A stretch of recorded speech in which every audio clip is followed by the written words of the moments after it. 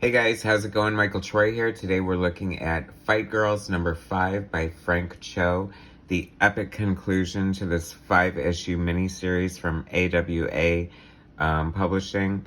Can't wait to show it to you guys. It's one of my favorite comic books of 2021, and I'm going to cue the intro while you guys like and subscribe if you're not subscribed. If you are subscribed, thank you.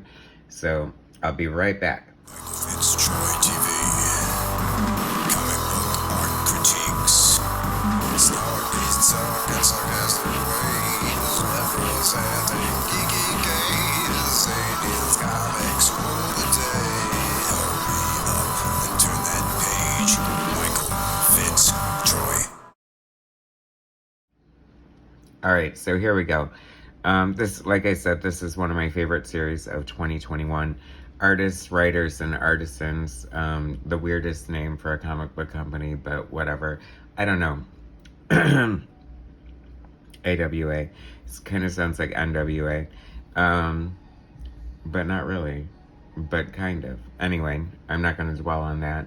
It is a cool comic book company. They kicked off their launch with Kari Andrews' Erratic, and that was really fun. It was like definitely inspired by Spider-Man, I would say, like a young hero getting powers and dealing with teen drama, and it was just so well done and beautifully illustrated.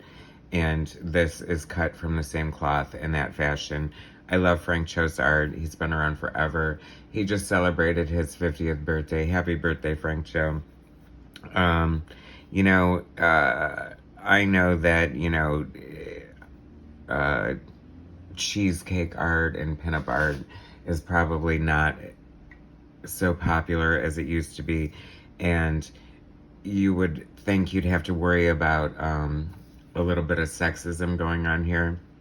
But I think that, this isn't just like a male fantasy per se. I mean, there are definitely a lot of attractive, beautiful women in here, but the story is so solid, and the women are like well-rounded characters with just well-written and great motivations and very empowered, and definitely not the victims. So I think it exceeded my expectations. I knew the art was going to be gorgeous because Frank Cho just doesn't have bad art, and in my opinion, and the story way exceeded my expectations. I thought it was just going to be simple fluff, whatever, but it's actually quite intriguing and dense, and I really appreciate that. And I would love to see this made into like a Netflix series or a film. I think it's totally worthy of that. This cover is gorgeous. I should point out it was colored by Sabine Rich, who is the colorist on the series, and quite good.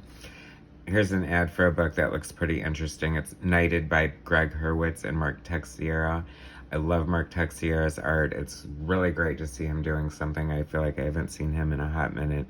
And the concept of this book sounds cool. It's kind of like a different spin on Batman. That's all I'll say, because we're talking about Fight Girls. But anyway, this is basically the aftermath of the contest.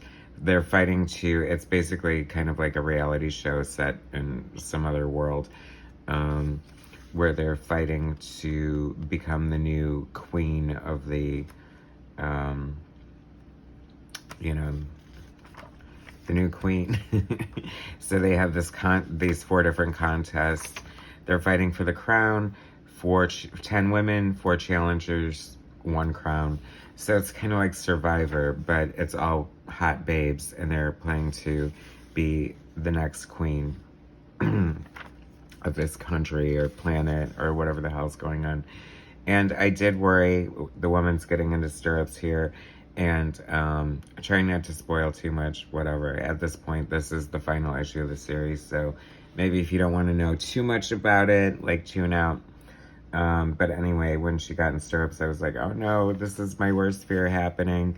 That they introduced the king wants to take her for a test ride.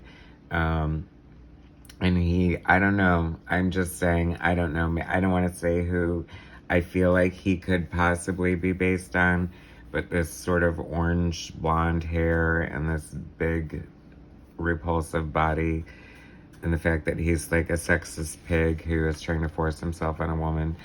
I don't know. Reminds me of somebody, and a tyrant, the leader of a country who's like a total tyrant. I don't know. I don't want to make any snap judgments here. But I have to say the art by Frank Cho is killer as usual. I love it. Like, I've done episodes on every issue, if you guys are curious to see the rest of it. This is very sparse kind of art. I don't know if he was getting rushed at the end, but in like the beginning, and he did, and rightfully so, rely heavily, it seems, on the colorist. She did an amazing job. It's so beautifully illustrated. And such great characters. This is like a fun book. I would love to see it in a bigger format to show off Frank's art more. But the story just pays off. I don't know, it's very action and intriguing. And I was saying, like, in the prior issues, especially during the contest, like, they were in different locales, like, in the water, in the desert. And too bad they didn't have one in space. Or did they? No, I don't think they did. No, it was, like, more like the Savage Land. And I just have loved this book. It is so good. And I cannot wait. I just really hope he follows it up with something equally good. I mean, I love the characters. They were all unique and interesting. And didn't see the end coming, so kudos for that. Like I said, great book. Here's another AWA book coming out. John Lees and Alex Cormack, Crimson Cage, based on like a wrestling concept. And the art by Alex Cormack is really cool. I like this a lot. I'm getting like Sabretooth vibes from this. Very cool. Who doesn't love a good a comic book about wrestling?